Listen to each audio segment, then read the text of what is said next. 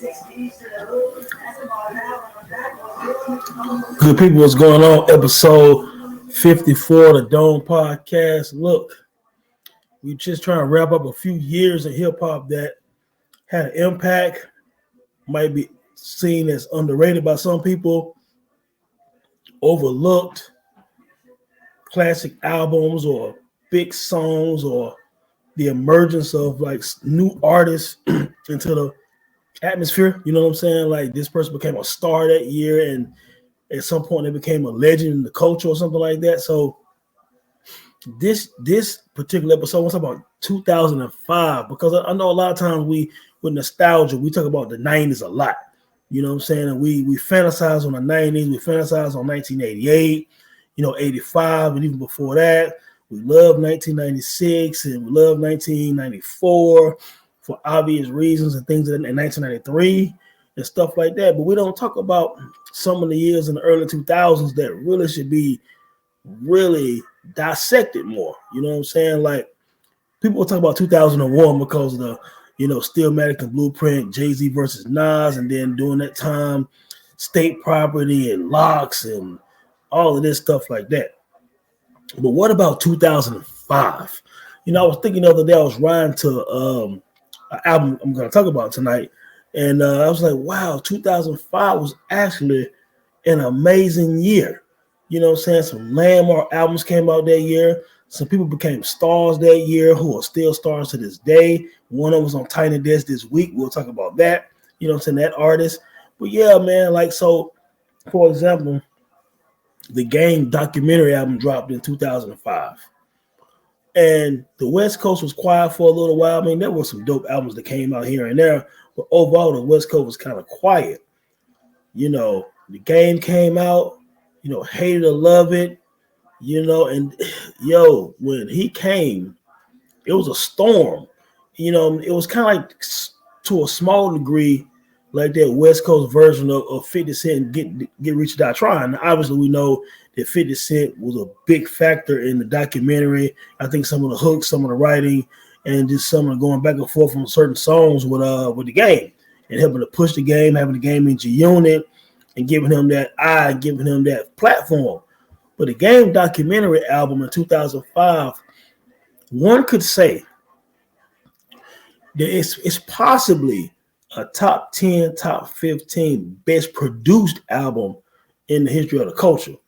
I mean, you have a who's who on that album from Timbaland to, oh my God, man, Just Blaze and just you name them, they're on a documentary, man. Like it's an amazing produced album.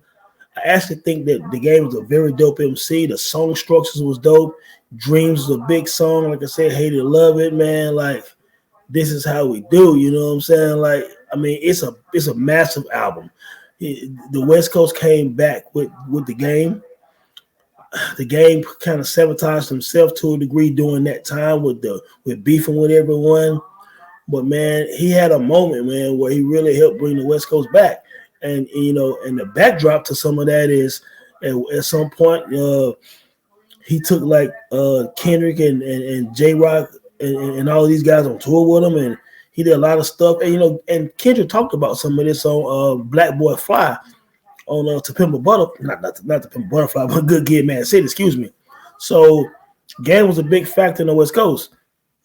You know what I'm saying? He became a big star, and, you can consider him a West Coast legend now. That comes from 2005. You know what I'm saying? One of my favorite albums of 2005 was The Carter 2. You know what I'm saying? And Fireman and, man, Wayne, for me, that was the one. I mean, I know people love The Carter 1, and I know people love what he did with Hot Boys and some of his earlier Block is Hot and all that stuff like that, man. But The Carter 2 was the one that solidified him as a great MC. From the intro to the interlude to the outro, Wayne delivered, man. Lyrically, he delivered. Diversity in subject matter, in production, in flow. I think The Carter 2 is an amazing album. I think The Carter 2 is my favorite Lil Wayne album. I know The Carter 3 is the one that took him to superstardom. You know what I'm saying? With the bigger hits. stuff like that. But the Carter 2, to me, it is his greatest body of work. I feel like it's a hip hop classic. I mean, he just left nothing to be desired on that album, man. I think it was an amazing album. You know what I'm saying? So you have The Game dropping a documentary, setting the West Coast on fire. You have Lil Wayne with his Carter 2 and setting the South on fire. And they have Kanye West coming with the Late Registration after dropping the College Dropout. You know what I'm saying? Late Registration is probably one of the best follow-up albums to what people consider a classic debut. Most people now think that Late Registration is better than the College Dropout. I think that. I think Late Registration is a big album. You know what I'm saying? I think it got 5 stars on like every professional like review for what it's worth. It was successful. Gold Digger was successful. Touch the Sky. Multiple big singles. You know what I'm saying? So I mean, Kanye went to another whole level on and of course, man, we had Nas on We Major.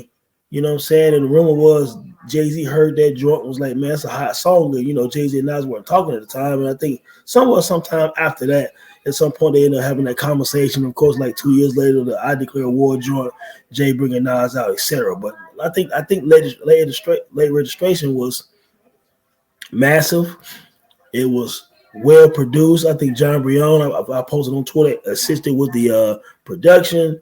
Just an amazing album from Kanye West, man. It took the Midwest and took Kanye West to another whole level again. I think he won some Grammys for that joint again. So, I mean, you're talking about 3 massive albums back to back. You know what I'm saying? For your East Coast hardcore cats, B. Siegel dropped The Becoming. And one of my favorite songs in hip-hop history is Feel It in the Air, track 1 on The Becoming. Some people consider The Becoming Benny Siegel's best album. Of course, he had The Truth. Then he had The Reason, if I'm not mistaken. And then The Becoming, I think he was going through the legal issues. And I want to say that Benny Siegel, you can fact check me, was actually locked up when The Becoming came out, kind of how like Pac was with Me Against the World. And maybe Becoming is B. Siegel's Me Against the World for his career. You know what I'm saying? Like a lot of people think it's his best album. You know what I'm saying? It is a dope album. You know what I'm saying? So Siegel came really strong with that joint. Another landmark album from the Midwest, Common came with B. Now, of course, that was after Electric Circus, if I'm not mistaken. And look, Common is one of the greatest MCs of all time. We know after Resurrection, he just blew up. With One Day It'll All Make Sense, with like Water for Chocolate. And then, of course, people get creative. He tried something with that joint, and he had to circle back, man, with Kanye, man, and what they did on B was simply amazing. You know what I'm saying? Like, obviously it's Cannonball Dollar, his debut. I didn't mention that, but Common's discography is incredible. But when he came back with B, and It's Your World is one of my favorite rap songs. It's possibly the greatest ending to an album in hip hop to me. That's produced by Jay Dilla. The album is produced by Kanye. Jay Dilla did that joint Is Your Word, though. But Kanye and Common's chemistry was just amazing. Kanye always idolized Common to a degree. You can even go back on YouTube and listen to way back like 96, 97, Kanye battled Common on the radio station. Check that out if you never heard it before. It's hilarious, man. You know what I'm saying? I think Common kind of sunned him a little bit, but Kanye was aggressive, man. He was getting busy. But nevertheless, man, B got like double XL, whatever, the highest you can get on double XL. A lot of professional reviews really loved it. I like Testify on there, man. Like The Food. I mean, it's a great album, man. I think it's a classic. You know what I'm saying? If it's not a classic, it's damn near right there pushing that level. I don't use that word often, but it's definitely close to a classic. To me, it's on the same level as like Water for Chocolate. But then again, some people think One Day It All Makes Sense is up there too. So, but nevertheless, B is a great album, man. You know what I'm saying? Now, being from North Carolina, obviously, this is a big year for North Carolina hip hop. 2005, The Minstrel Show come out with Little Brother. Obviously, a couple years before that, The Listening came out, man, and set the underground on fire with rapper Pooh, Fonte, and Ninth Wonder. Obviously, after The Listening, Ninth gets the call from from Jay, Pete Rock showing them love, Q-Tip, everyone is the Roots, everyone is loving Little Brother, loving the listen. They came out on Atlantic Records with the Minstrel Show, and man, it was big. Most people know that, you know, I'm from North Carolina. I'm from Winston-Salem. Me and Knife grew up together. I listened to the Minstrel Show before it came out in his car, in his truck, and I just looked at him like, I think y'all got it this time, brother. You know what I'm saying? Like, we was really proud down here. You know what I'm saying? And proud to this day of what these guys done in North Carolina and stuff like that. And proud of him and stuff like that. But yeah, the Minstrel Show, I remember listening to it, and I was like, dude, I think y'all gonna set the game on fire with this. On the underground, it did.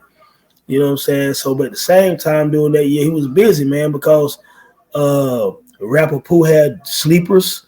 You know what I'm saying? And Knife produced most of that album, and Pooh really came out his shell and showed that he was a good MC.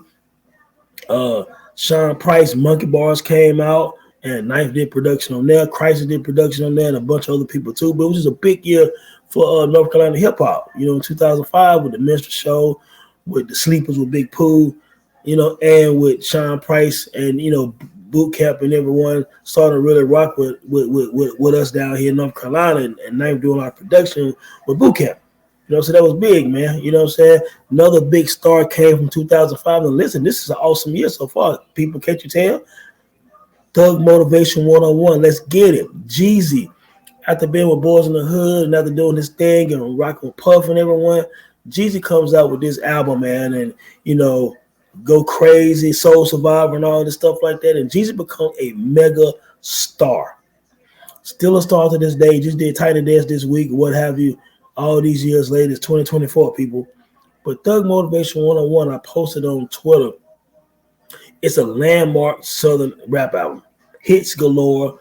I would say it's 5 mics because of the impact. It's like the down south version of Get Rich or Die Trying. You know what I'm saying? Because Jeezy came out, the Snowman, he came out swinging. You know what I'm saying? So, and that's amazing. So look at what's happening so far. I said the Game documentary, Lil Wayne Carter 2, Kanye Late Registration, B Singer to Becoming, Commons B album, Little Brother the Minstrel Show, Sean Price Monkey Bars, Let's Get It, Jeezy, Thug Motivation 101, another joint, Bun B Trill album came out with that Draped Up, man. That's that Houston, baby. You know what I'm saying? Bun B came out with that Trill, that was dope. 50 Cent the Massacre album. Now look, obviously it's almost impossible to follow Get Rich or Die Trying. But the Massacre, man, if you take 2 or 3 songs off, the Massacre is nuts. In My Hood, man, is my joint. Baltimore Love Song. That God Gave Me Style, man. What's some other joints on there, man? Like I said, Baltimore Love Song. Ski Mask Way, man. Look, the highs on the Massacre are insane, man. 50 Cent came back out, sold like 7-8 more million with the Massacre, man. Massacre was a big song. I know people, you know, he had a little commercial joints for the radio for the hood. I mean, for the radio for the club. But man, the Massacre was good, man. I really think if you go back and listen to it now, you know what I'm saying? Of course, he had the piggyback, I believe, on that disc, and Jadakiss and Nas and everybody on there, man. But yeah, man, the Massacre has some big songs on there, man. Like really dope production. High Take did some joints on there, man. I mean, it's a hot album, man. You know what I'm saying? Speaking of North Carolina again, when I talked about the Minstrel Show, Sleepers from Big Pooh, Monkey Bars from Sean Price, then Knife linked up with Buckshot. You know what I'm saying? Buckshot, Shorty, Boot Camp Click. They did the Chemistry album.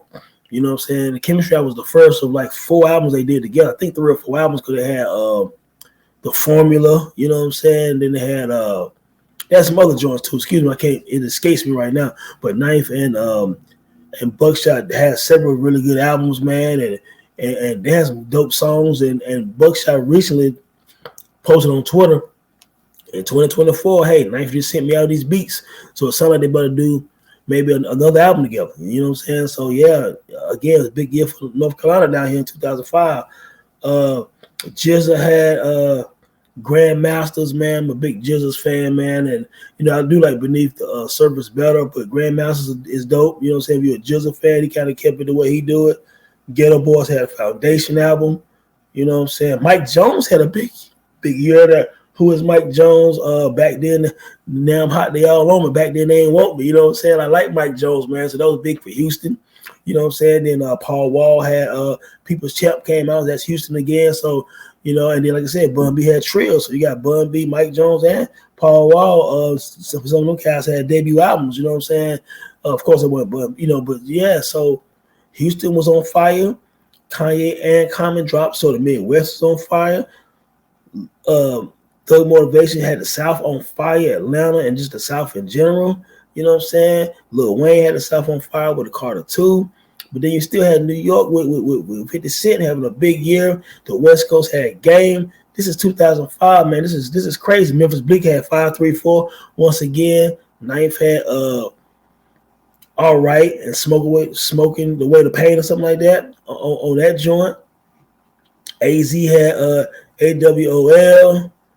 Fat Joe had All or Nothing. You know what I'm saying? Like, this is what I'm saying about some of these years, man. Like, you talking about some seminal albums, some huge singles, some people that eventually became hip hop legends like The Game and Jeezy. You know what I'm saying? Kanye West was pretty much on that trajectory, man. You talking about from College Dropout, it wasn't no drop off. I mean, most people say late registration is better. Of course, they end up having graduations, so forth and so on. Kanye's ascension to be one of the biggest artists in hip hop history, in music history.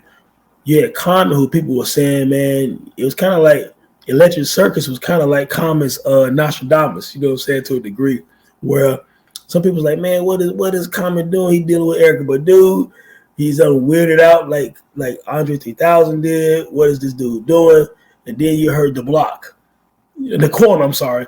My Block is, of course, Scarface. You heard the corner, and he was like, oh, so Common back.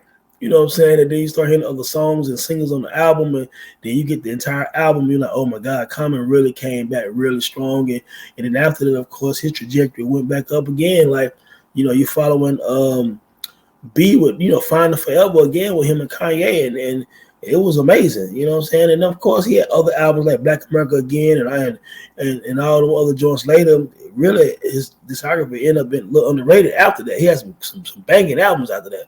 But I think B gave that energy again, so you could have a Finding Forever, and then a lot of other really, really dope albums after that, like The Dream and The Believer or something like that too. I mean, Common had some joints, but it started from there. Same way, Young Jeezy, if Thug Motivation 101 is not the way it is, maybe he's not who he is now. You know, maybe that his legendary career is cut short, man. These debut albums are vital, man. Obviously, he had the Boys in the Hood joint, he had mixtapes and, you know, and stuff like that. Same with other rappers, but that debut album is something special, you know, and he pulled it out. You know what I'm saying?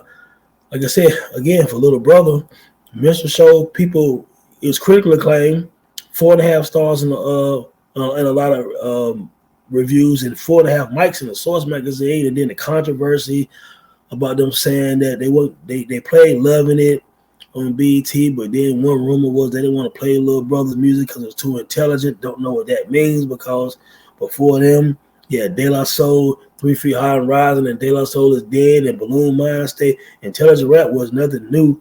Well, they saying in 2005 they didn't want to hear anything else intelligent. I didn't quite understand that whole thing too much. And I remember I'm talking to Knife about that, and I didn't get it. He didn't really get it.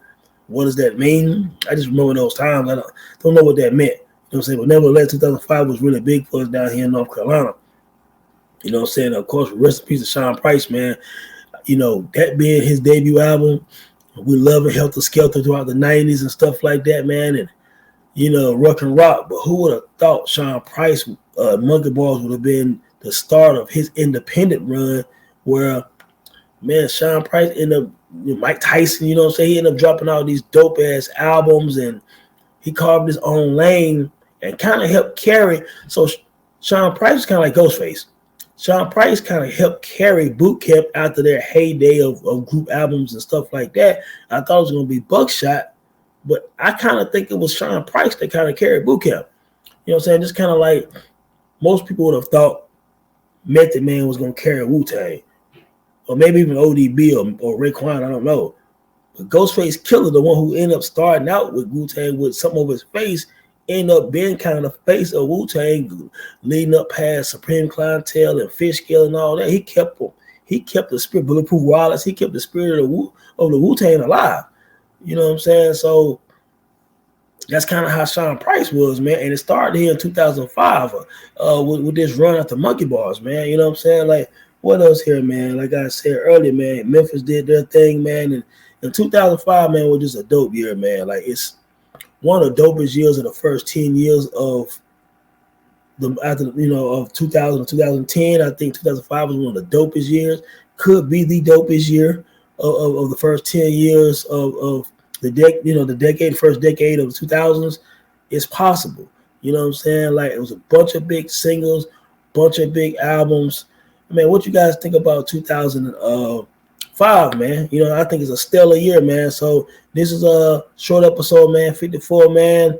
Blessings this weekend, man. I had a good time, yo. Once again, holla at you, man. Peace.